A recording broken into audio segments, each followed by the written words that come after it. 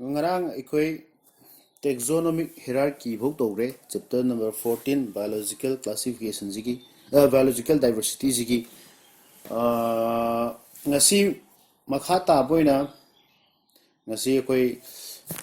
basis of classification ngarang gi makha sathasi second subasruni hai chapter 14 jigi ko basis of classification si ihan han boina ko basis of classification sida classification hai base ke ni yingsi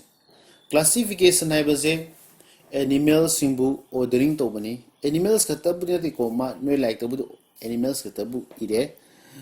living organisms sing ordering to bani kai oina groups oina kai de based on their relationships adu bu ko classification kawi aduna classification sida ke doba ordering of animals ni into groups on the basis of their relationships aduga taxonomy has kinu ingsi taxonomy haibasina branch of biology ni ko dealing with classification and naming of organisms animals sing classify to ba masung naming to ba ko aduda deal to ba biology की branch तो वो कोई taxonomy कभी यूँ एक कोई classification से Toramba classification Toramba की history है तारे कहीं यंसी एरिस्टोटल ने यहाँ नाम बोले classify तोरमी classification of animals तोरमी कहीं दे based on their way of living actions habits and मागी body parts sida base sora classification romi aduna magi contribution sin na maram oiraga mabu father of biological classification haina sungai makha tara poina British naturalist John Ray haibani fasinamu revising the concept of naming amasung describing organisms sing describe to ba amasung organism singi naming to bagi concept of naming se sibu revising to bagi thabok torami adu ta sunatana mana wahi species hai wahi se sizinarami as a reproducing unit oina adu sin ari basing he classification to bagi ni ko classification to ba Aristotle da classification hore mathang John Ray kedoba Carolus Linnaeus hai ba mathang da la Carolus Linnaeus na mo kedoba two kingdoms of classification to re kai haina living organisms sing je kingdom ani khatta da classify to wi kingdom plant amasung kingdom animal ya haina adu magi drawbacks sing le ko ma habdi living organisms kingdom ani khada punjan basi ki drawbacks mayam ma lei loina mak plant kingdom da su animal kingdom da su yaw daba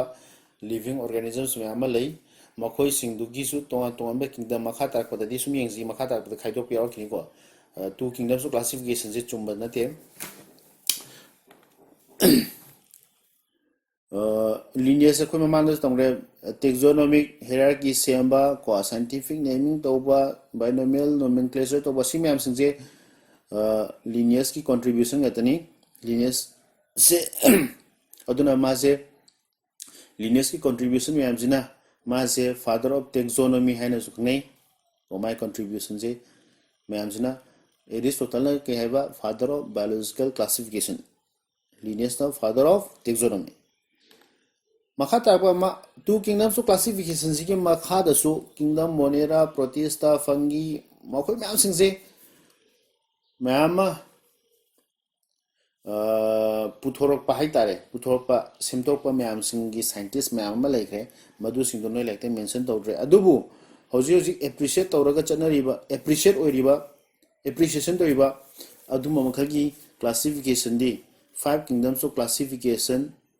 kanana piba Robert H. Whittaker na 1969 na piba si classification janai je ma classification da kai haina classify tor mi ha kanda ikoi label living organisms sing je kingdom Monera, kingdom Protista, kingdom Fungi, kingdom Plante, kingdom Animalia haina classify them. Ngasai two kingdoms of classification lineage na piba two kingdoms of classification. Two kingdoms of classification to basigi drawbacks singly. Drawbacks singly ke kenu yengsi point in drawbacks of two kingdoms of classification by lineage. The followers of the two kingdom system were not able to find a proper place for fungi, which are not neither green in color nor had roots and leaves like a plant. Fungi is a plant among the green mas green color or the roots of the plant on the leaf fan the adubu. Fungi se mas a plant kingdom da kingdom ze fungi se plant kingdom amasung animal kingdom da have two kingdoms of classification karam from the hap to know have se hafum leamde makha the euglena is a microscopic organism with chlorophyll like a plant but have muscle fibers like an animal. Euglena se ke doba microscopic organism ni ma se chlorophyll present avi koi khangi plants in the chlorophyll yawi adumaina euglena da chlorophyll yawi to badabu euglena se su ke doba animals in the muscle fibers sing leibodo adumaina mauna su muscle fibers sing yawi aduna euglena su kayama from the hap to know have se hafum man tadre hafum yaude two kingdoms of classification either mas animal kingdom the hap to river natragana plant kingdom the hap to river have do khangde makada bacteria with prokaryotic cells were placed together with higher plants with eukaryotic cells. Aikoi bacteria is a prokaryotic cell ni khangi prokaryotic cell eukaryotic cell gi khenaba mamang da hana tamgraba ngatani aduna bacteria haiba prokaryotic cells e higher plants sing haiba di eukaryotic cells sing oiba higher plants sing ga punna plant kingdom haiba duda pulami two kingdoms of classification da masijo asoiba mani makha ta padam yengsi single cell microscopic protozoans are grouped together with multicellular massive animals like whales, elephants, etc. Single cell over protozoans makoi singse kedoba huge animals sing multicellular over single cell ai ko unicellular over protozoan singse unicellular singa multicellular singa pula punjalame happy man haise isam sambida punjalame in a same group in a same kingdom masilali masi soi haibni sumaina masi hinje ke doba haiba point mari si hoise masi lineage ki drawback ni ko haiba magi two kingdoms of classification ki drawback ni adu mayam appreciate obanga sai koina singre whitaker na piva five kingdoms of classification je si yeng si ko si dei hoji five kingdoms of classification ji Robert Hayes whitaker na buthomani khoi khangin ko mangon the kingdom Monera, kingdom Protista, kingdom Fungi, kingdom Plante, kingdom Animalia haina koi leigre five kingdoms of classification je asi to five kingdoms of classification gi classify to bagi mong je asi advantages sing kai ke ni se advantages is the advantage of the five kingdoms classification system is that there is far less overlap and confusion as compared to original two kingdoms classification system as proposed originally by Linnaeus. See the how you go. Akoi two kingdoms classification Linnaeus na piba two kingdoms classification akoi khangi magi drawbacks sing akoi ugre ko haibadi prokaryotic cell eukaryotic cell punjan bagumba ko adudagi multicellular unicellular punjan ba ko aduga organism sing plant की property su sengba animal property ko euglena da to gi do ji hek mamangi euglena da ma je chlorophyll present to wi aduga muscle fibers su yawi kadai da hapto no khang da ba ko fungi je plant su nate mai kadai da hapto no khang da ba suma mayam sing se asumba confusion leiba aduga confusion leiba mayam sing si singje five kingdoms of classification ki classification mong classification system my classification jina kedore asumba confusion sing lehendre han koi my exception ga di lego wona thangda du di wona yingsi last wona hierarchy set ga aroba di yarokani while placing magi su draw five kingdoms of classification ji drawback leitabnati drawbacks leitabnati while placing organisms in any one of the five kingdoms the following three characteristic features are considered. Five kingdoms of classification se tawbada ko five kingdoms of classification se tawbada characteristic features ahum je yengi ko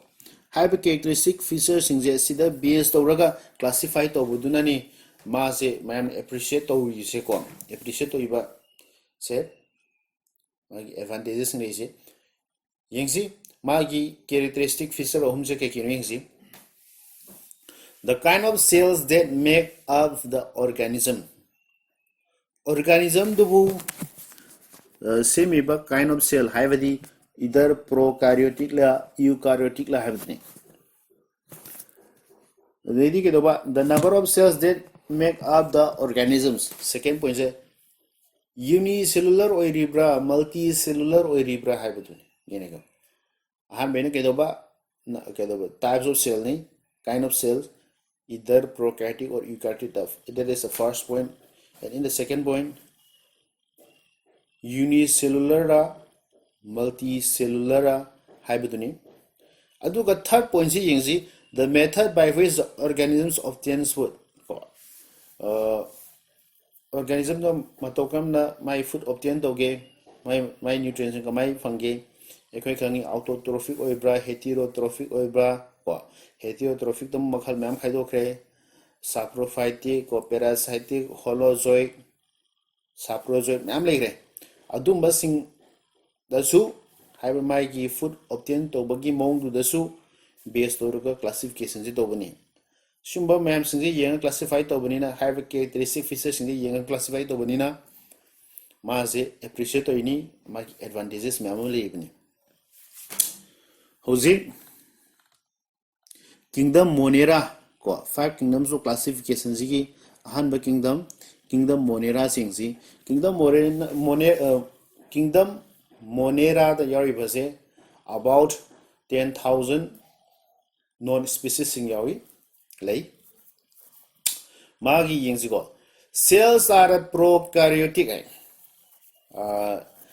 kingdom monera gi leigadoriba kingdom monera the yaudoriba organism singi cell singse prokaryotic way prokaryotic cell haibase akoina mamangda fazana kupna khangrabani maonda membrane bound organelles sing yaude ko through nucleus taite ko te mam haigre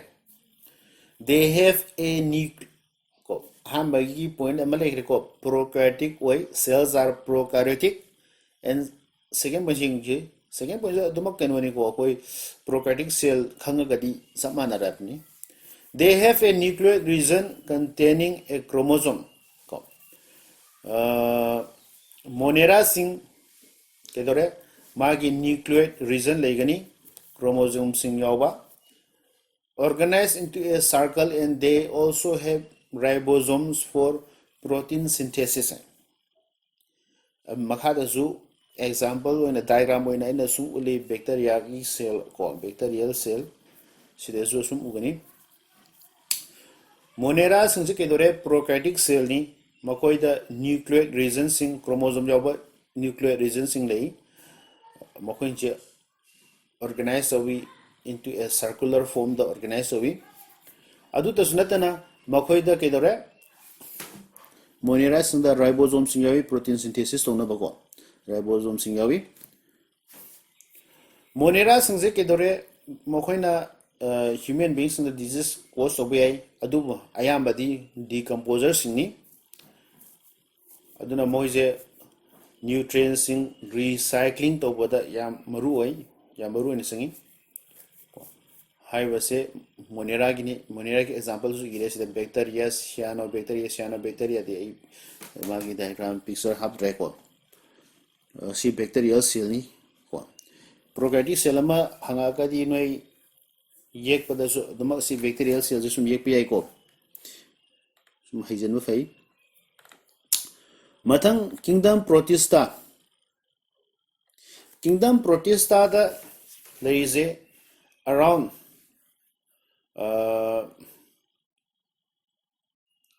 2,50,000 non species mulai generally protists se unicellular ni aduga eukaryotic oi although some are multicellular generally protists di ke doba unicellular di magi cell amagna saba organism ni ko eukaryotic ko khangre eukaryotic se kamai to bi kholi koi loi khangre although some are multicellular to bada bu khara makai di multicellular oi hadi cell ama khatana form to daba organism to bu individual or sorry organism to bu cell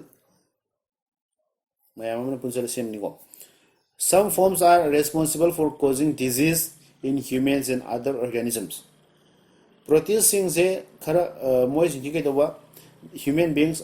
amasung atop organisms the disease cause to hali ko example da ko disease cause to bodo du khata junati proteins ke example ni ko ina haise protozoans diatoms dinoflagellates makoi sinje proteins ni ko amoeba zu yawe amoeba zu proteins ni sida koi kara se picture sida ure proteins makal kara ko yam kuthana sunai da tamre kingdom fungi ingsi about 10 about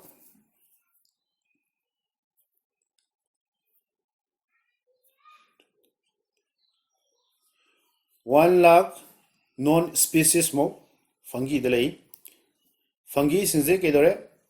fungi je eukaryotic ni mas moise heterotrophic organism ni heterotrophic haibadi eko autotrophic heterotrophic hamsi khangidna autotrophic higher gana masagi machinjak masagi body mangde semjaba habne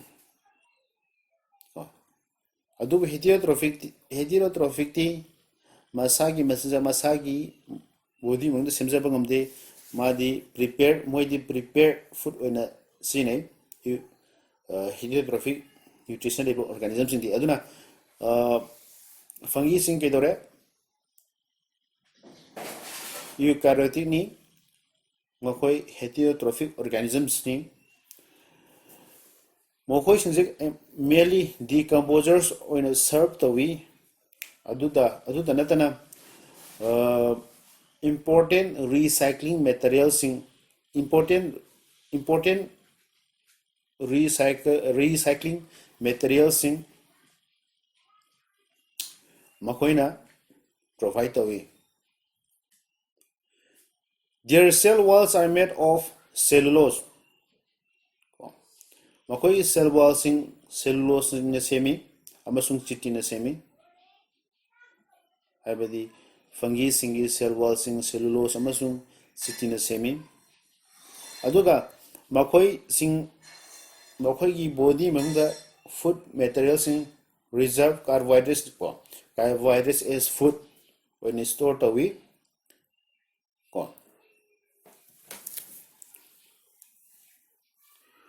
carbohydrates in stored away glycogen some forms are responsible for causing disease in plants and animals fungi sing na aduma disease sing cause to holi ko koi fungi na cause of disease sing thangi ringworm gomba ko mohei fungi na cause of this ni au fungi gi example sinda lei agaricus penicillium rhizopus yeast mushroom makoi sing fungi gi example sin me am lai re to ba jo ko mushroom ma de hoi ke consumable hoi sumaina fungi sing le kingdom plantae is about 1 lakh non species muyawi kingdom plantae the yaribo organism singje hadi plants singje multicellular ni eukaryotic ni ale photosynthetic oi amasung autotrophic organism singni ko aduda maru ina plant kingdom je khang magi